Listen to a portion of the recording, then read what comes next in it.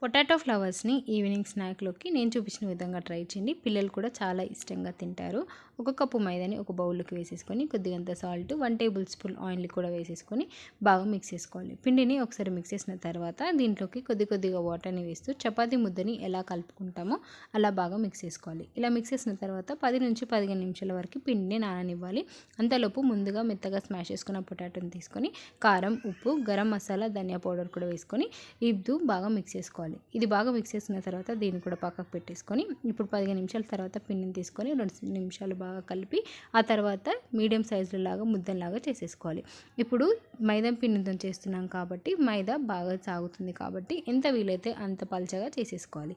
ఇప్పుడు దీంట్లోకి మనం మెత్తగా స్మాష్ చేసి పెట్టుకున్న పొటాటో పేస్ట్ని కూడా వేసేసుకొని ఈ రోటీకి మొత్తం స్ప్రెడ్ చేసుకున్న తర్వాత ఇంకో రోటీని తీసుకొని దానిపైన ఇలా పెట్టి అంచుల్ని బాగా మిక్స్ చేసుకొని రెండింటిని కదుపుకోవాలి.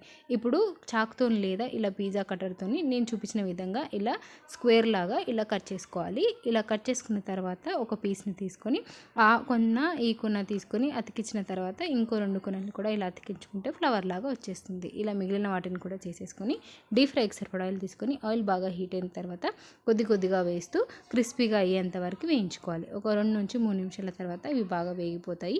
గోల్డెన్ బ్రౌన్ కలర్లోకి రాగానే ఆయిల్ నుంచి తీసేయండి. మన పొటాటో ఫ్లవర్స్ రెడీ అయిపోయాయి.